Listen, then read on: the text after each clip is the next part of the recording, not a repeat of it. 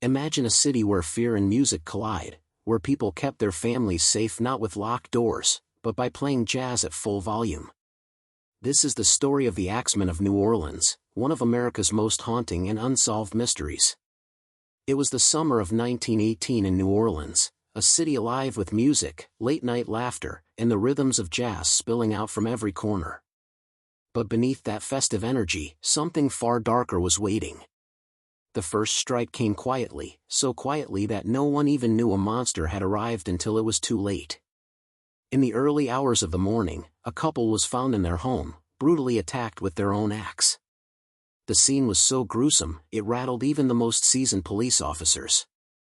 Word spread fast. Neighbors whispered in fear, glancing over their shoulders and locking their doors more tightly at night. For a city used to joy, parades, and the hum of music, this sudden wave of terror felt unnatural. New Orleans wasn't just another city, it was alive, vibrant, and full of spirit. But now, fear was seeping into the streets, and the name Axeman began to take shape in hushed conversations. What made it worse was the sense of violation. People had always believed their homes were safe havens, places where laughter and family gatherings kept evil at bay. But the Axeman shattered that illusion. He didn't break into banks or dark alleys, he invaded bedrooms, kitchens, and the heart of family life. The brutality wasn't just in the killings, it was in the way he turned ordinary homes into scenes of horror. Soon, the city began to change. Families started sleeping with lights on, neighbors checked in on each other, and suspicion hung in the air like thick smoke. At night, the sound of creaking wood or a sudden knock would send shivers down spines. Everyone wondered the same thing: who would be next? That summer, New Orleans lost something it never fully got back: its innocence. The Axeman had arrived, and with him came a season of fear that would linger in the city's memory forever. It wasn't just the beginning of a killing spree. It was the start of a legend, one that blurred the line between man and nightmare. The Axeman wasn't just another criminal with a gun or a knife, his methods were personal, terrifyingly intimate. He didn't force his way into homes with loud crashes or broken glass. Instead, he worked in silence, slipping into people's lives like a shadow. Many times, he removed a panel from a back door or side entrance, crawling inside while the family slept, completely unaware that death was already in the room with them. And the weapon he chose wasn't one he carried with him. That was the most unsettling part. The Axeman preferred to use what was already in the house, most often, the family's own axe or a straight razor lying nearby. Imagine waking up to the sound of footsteps, only to realize that the very tool you used to chop wood outside or keep in your shed had been turned against you. The killer wasn't just invading homes, he was twisting the comfort of familiarity into something horrifying. His attacks were always sudden, brutal, and merciless. There was no warning, no struggle that neighbors could hear in time to help. Victims were usually struck while they slept, robbed of any chance to defend themselves. When police later examined the scenes, they found blood spattered across walls and floors, but very little else to explain how the Axeman had gotten in or escaped. It was as if he melted into the night after every strike.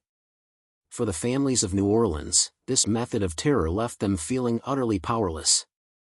How could you protect yourself from someone who used your own belongings as weapons?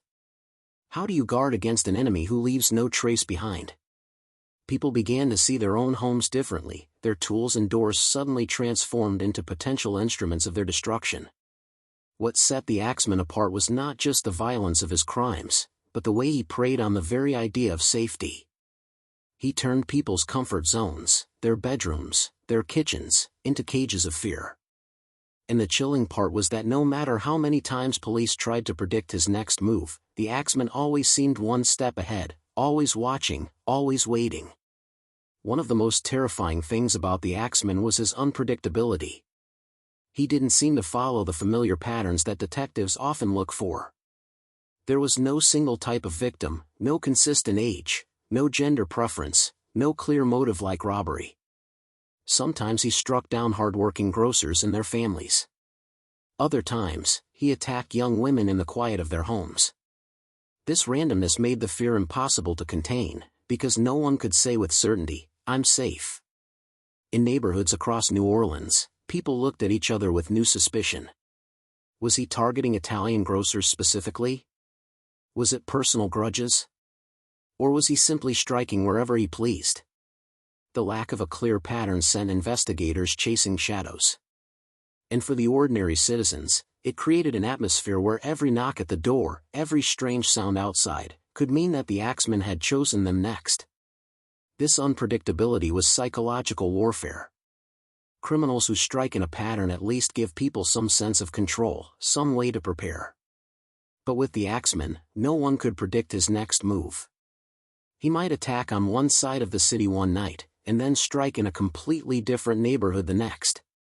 It made the entire city feel like a chessboard, and the killer was moving pieces only he understood. Families began whispering about who the killer might be. Was it a jealous rival grocer? A drifter passing through? Or could it even be someone they knew, perhaps a neighbor, hiding in plain sight?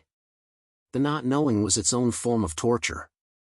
Parents pulled their children closer at night, couples checked their doors and windows over and over, yet still lay awake, listening for the faintest sign of danger. The randomness of his attacks didn't just spread fear, it spread paranoia. In New Orleans, trust began to crack.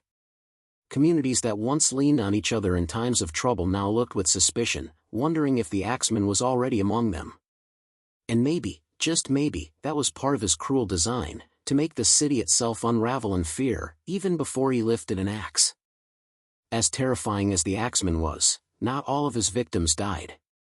A handful survived his brutal attacks, and their stories painted an even darker, more personal picture of the man behind the killings. Imagine waking up to the searing pain of your skull being fractured, only to realize that the shadow hovering over you was not a nightmare, but a living, breathing intruder with an axe in his hand. These survivors lived through that horror and bore the scars, both physical and emotional, for the rest of their lives. One young woman recalled the moment she opened her eyes in the middle of the night to see a tall, dark figure looming above her. Before she could scream, the axe came down. She survived with her skull cracked, left barely clinging to life, but her memory of that shadowy figure haunted her long after the wounds healed. To her, he wasn't just a man, he was something monstrous, something that seemed to vanish as quickly as he appeared. These survivors became living evidence that the Axeman wasn't just a myth whispered on street corners. They sat in hospital beds, bandages wrapped around their heads, recounting how he moved with eerie silence, how he disappeared without leaving a single clue. Their testimony should have brought comfort, but instead, they made the city even more afraid. If someone could live to tell the tale, it meant the Axeman was real, flesh and blood, and still out there. The police clung to these survivor accounts, desperate for a lead.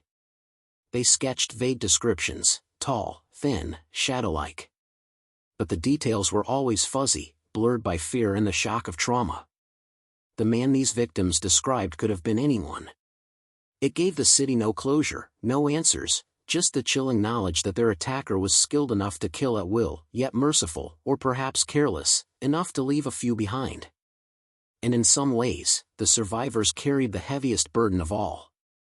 They weren't just scarred, they were forced to relive the terror in their minds, over and over again. Every creak in their homes, every unfamiliar footstep outside, brought them back to that moment when death stood at their bedside. For New Orleans, these survivors were proof that the Axeman wasn't a ghost story. He was real, and he was still choosing who would live and who would die.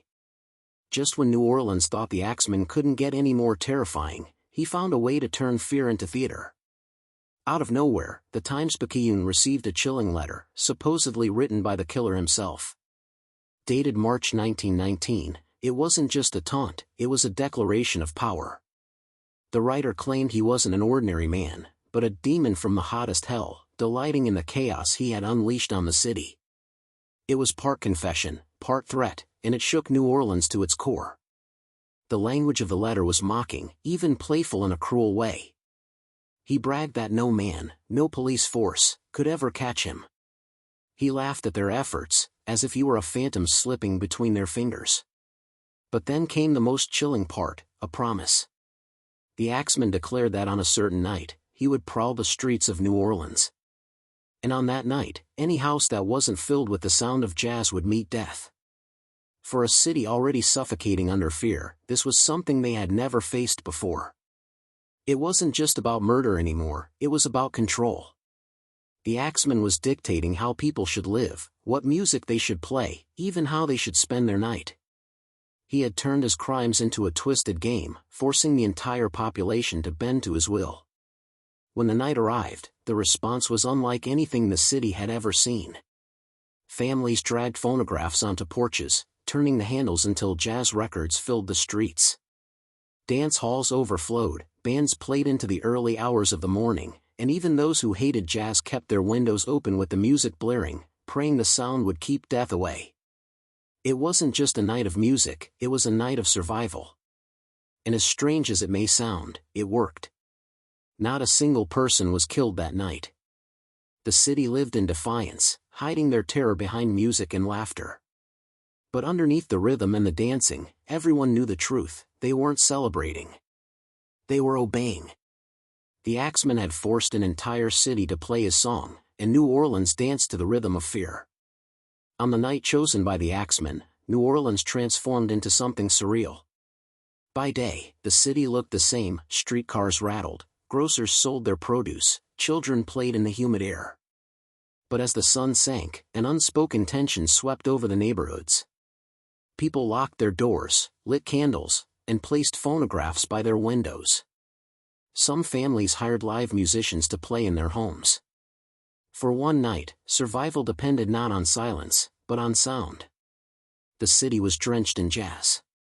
From the French Quarter to the quiet outskirts, horns, drums, and piano keys filled the air. Dance halls were packed to the brim, their doors wide open so the music spilled into the streets. Even families who couldn't afford a record player found ways to join in, borrowing instruments, whistling tunes, anything to make sure their home wasn't cloaked in silence. It was as if the city was holding its breath, playing louder and louder to drown out the terror in their hearts. For many, the music was both shield and confession. Behind the laughter in the bars and the tapping feet on wooden porches was the raw knowledge that they weren't celebrating, they were begging for mercy. The Axeman had promised he would pass over any home filled with jazz, and so the people played, not for joy, but for their lives. The fear was so thick, it clung to every note, every beat, every voice trying to sing away the shadow that haunted them. Neighbors who rarely spoke to one another now gathered together, sharing records and dancing in cramped living rooms, pretending for a moment that this was just another night in New Orleans. But behind the forced smiles, their eyes darted to windows and doors, half expecting to see the silhouette of an axe-wielding figure in the dark. The music was a mask, and behind it, the city trembled. When dawn finally broke, a strange silence fell. Not a single person had been attacked that night. The streets were littered with confetti, spilled drinks, and exhausted musicians who had played until their fingers ached. The people had survived, but the cost was heavy. The Axeman had proven his power, not with blood, but with obedience. He had made an entire city dance to his will, and New Orleans would never forget that night of music and fear. For the New Orleans police, the Axeman was a nightmare come to life.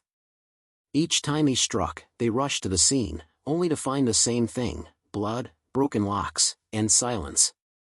He never left fingerprints, never carried his own weapon, and never took valuables. There was no motive they could point to, no trail they could follow. It was as though he walked in from another world, committed his crimes, and then vanished into thin air. Detectives interviewed anyone who might have a connection, neighbors, family members, even rival grocers, but every lead fizzled into nothing. The survivors' descriptions didn't help either. Some said he was tall and shadowy. Others swore he was small and fast. Fear distorts memory, and the police were left chasing ghosts instead of facts. Frustration mounted, and whispers grew that maybe the Axeman really was what he claimed in his letter, something not entirely human. As weeks turned into months, the pressure on law enforcement became unbearable. Citizens demanded answers, demanded arrests, but the truth was, the police had none to give. Each failure deepened the city's paranoia. People began to take justice into their own hands, accusing neighbors, pointing fingers at strangers, and sometimes even lashing out violently against those they suspected. The Axeman didn't just kill, he fractured the trust of an entire community. Behind closed doors, officers debated theories. Was this the work of a crazed lunatic who thrived on attention? Or was there something methodical about his randomness, a pattern they couldn't yet see? Some detectives believed the Axeman was a local man who blended perfectly into the crowds by day, and became a phantom by night. Others thought he was a drifter, someone who slipped in and out of the city unseen. But the lack of evidence kept every theory stuck in limbo. In the end, the police were left powerless. The Axeman seemed untouchable, always one step ahead. Every time they thought they were close to an answer, he reminded them of their failure with another body. For the people of New Orleans, the lack of progress was more frightening than the killings themselves. Because if the police couldn't stop him, who could? And if he could walk into homes so easily, what was to stop him from choosing yours next? The Axeman didn't just leave behind crime scenes, he left behind a cultural scar. New Orleans, a city already steeped in mystery, folklore, and music, absorbed his story in a way few places could. His reign of terror became more than a police case, it became part of the city's identity, woven into its history like the notes of a haunting jazz tune that never quite fades. Musicians, ever quick to turn pain into rhythm, found inspiration in the fear he created. Jazz bands wrote songs about the killer, some playful, others chilling. One of the most famous was simply titled The Mysterious Axeman's Jazz, Don't Scare Me Papa, a tune that carried the strange mix of humor and horror that only New Orleans could produce. It was as if the city laughed at the darkness to keep from being swallowed by it. Stories of the Axeman also spread far beyond the city limits. Newspapers in other states printed his letter, fascinated by the idea of a killer who demanded jazz as tribute. The image of a murderer sparing homes filled with music captured imaginations everywhere, blurring the line between fact and folklore. Was he a real man, or some supernatural figure who fed on fear? The very absurdity of his demands made the legend grow. Over time, his story slipped into the fabric of New Orleans culture, alongside tales of voodoo queens, haunted mansions, and restless spirits wandering the French Quarter. Tour guides began retelling the story of the Axeman on moonlit walks through the city, and visitors leaned in close, wide-eyed, as they imagined the streets alive with jazz played to ward off death. The fear had long passed, but the fascination never left. In a strange way, the Axeman became a twisted symbol of New Orleans itself, a place where life and death, joy and terror, music and mystery all danced together. His crimes were horrific, but his legacy became something larger, a reminder that even in the darkest moments, the city found a way to turn fear into rhythm, and horror into legend. By the fall of 1919, New Orleans had lived under the shadow of the Axeman for more than a year. People had grown used to sleeping with lights on, with music at their bedside, and with fear lodged deep in their hearts. But as suddenly as he appeared, his reign of terror came to a strange and unexplainable end. The final attack took place in October, when yet another unsuspecting family was struck in their home. The scene was all too familiar: blood, shattered peace, and no sign of the killer. This last victim survived, badly injured but alive, and their testimony gave little more than what the city already knew: a shadow, a figure, a man who slipped into homes like smoke. There was no dramatic capture, no final clue that tied the killings together. After that night, the Axeman simply disappeared, leaving behind an unfinished story that continues to torment imaginations even a century later. At first, many thought he was only biding his time, waiting for the city to let down its guard.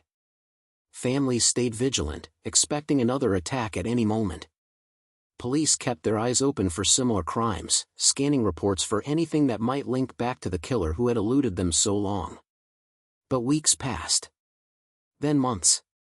Then years. The silence was almost as unsettling as the murders themselves. Whispers spread through the streets and back alleys of New Orleans. Some said he had been killed in a bar fight, his identity never revealed. Others believed he was a traveler, a drifter who had simply moved on to another city, his reign of terror continuing under a different name.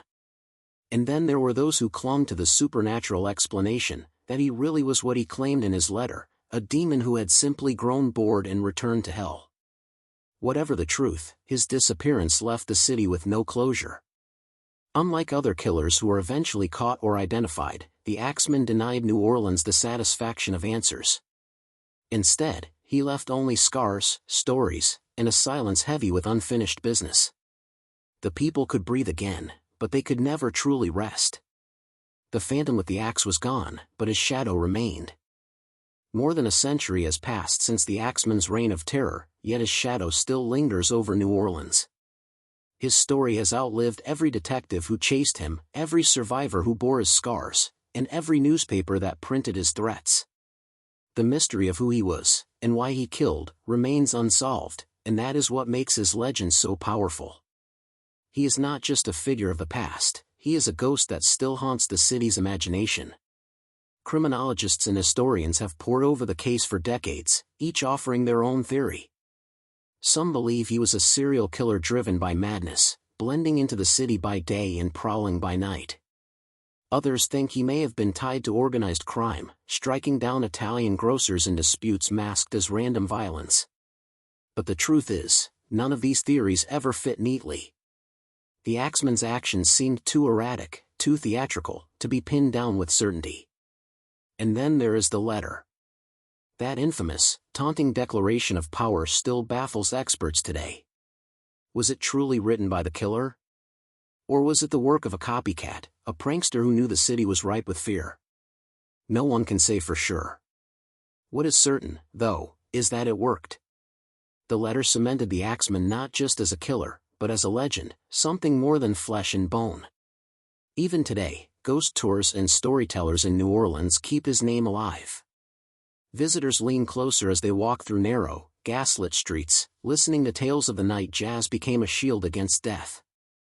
Musicians still reference him, writers still borrow from his story, and every so often, someone asks the chilling question, could the Axeman have struck elsewhere, his crimes hidden under another name? The Axeman endures because he was never caught. Without an ending, the story keeps breathing, retold again and again. And in that way, he achieved a kind of immortality, one born not of life, but of fear. For the people of New Orleans, and for all of us who hear his story today, the mystery of the Axeman is a reminder of the shadows we cannot explain, and the monsters that may still be walking among us. The Axeman slipped into New Orleans like a shadow, and vanished just as mysteriously. Was he a man consumed by madness, a criminal hiding in plain sight, or something darker, as he claimed in his chilling letter? We may never know. But one thing is certain, his story still lingers in every jazz note that echoes through New Orleans, a haunting reminder that some monsters are never caught. So, what do you believe? Was the Axeman human, or something far more sinister?